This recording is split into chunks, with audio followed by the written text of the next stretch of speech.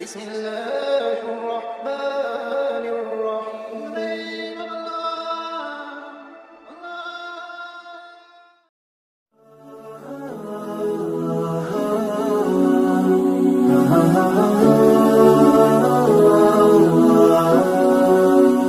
مکہ مدینہ کیا پورا جہان اور سارا عالم سوگوار تھا۔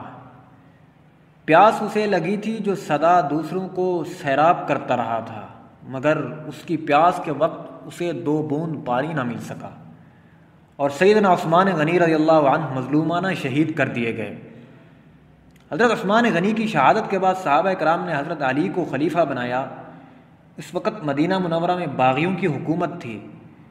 اس وقت یہ صفاق بھیڑیے اس قدر خونخوار ہوئے پڑے تھے کہ فوری طور پر ان پر کوئی ہاتھ نہیں ڈال سکتا تھا۔ پھر ایک بڑی گہری سازش رچی اور فیصلہ کیا کہ حضرت علی کی جماعت میں شمولیت کا اعلان کیا جائے اور اس طرح اپنے مقاصد حاصل کیے جائیں۔ اس کے بعد وہ مسلمانوں میں ایسے شامل ہوئے کہ کچھ معلوم ہی نہ تھا کہ خلیفہ وقت کا قاتل کون ہے اور ان کے قصاص کا مطالبہ کرنے والا کون۔ یہاں تک کہ خود حضرت علی رضی اللہ عنہ کے لیے بھی ان کو سمجھنا اور اپنی جماعت سے نکالنا ان کے بس میں نہ تھا۔ اس لیے اب بھی وقتی طور پر آپ بھی خاموش ہو گئے اور مناسب وقت کا انتظار کرنے لگے۔ ادھر حضرت علی پر بار خلافت کی ذمہ داری آئی اور ادھر دوہری مشکل یہ ہوئی کہ لوگ آ کر کہتے کہ حضرت عثمان کے قاتلوں کو پوری سزا دیں۔ حضرت علی کو اس میں کیا تردد تھا؟ ان کی تو خود یہی رائے تھی، لیکن مشکل یہ تھی کہ باغی چاروں طرف ایسے چھا گئے تھے کہ ان کے خلاف کچھ کرنا تو بڑی بات ہے، زبان سے بھی ایک لفظ نکالنا دشوار تھا۔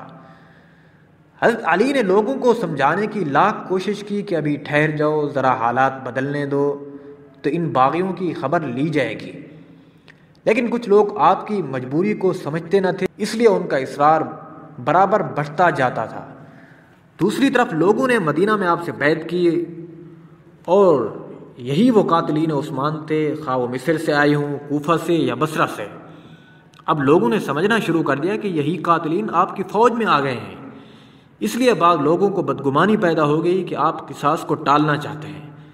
ادھر حضرت علی رضی اللہ تعالی عنہ قاتلوں کی مکمل تحقیق کرا چکے تھے، مگر کوئی چہرہ واضح طور پر سامنے نہیں آ رہا تھا اور کام کا کوئی سرا نہیں مل رہا تھا کہ جس سے آغاز کیا جائے۔ یہ تو خالص مدینہ کے حالات تھے، دوسری طرف مکہ مکرمہ، شام، کوفہ اور عراق وغیرہ میں، لیکن چونکہ اصل حالات تو معلوم تھے نہیں، لہذا افواہوں پر ہی کہانیاں بن رہی تھیں اور یہی کہا جا رہا تھا کہ حضرت علی قصاص میں پس و پیش کر رہے ہیں۔ اسی طرح کی باتیں سبائیوں نے مکہ جا کر حضرت عائشہ سے کی اور کہا کہ حضرت عثمان بڑے ظلم کے ساتھ شہید کر دیے گئے اور کوئی ان کا بدلہ لینے والا نہیں ہے۔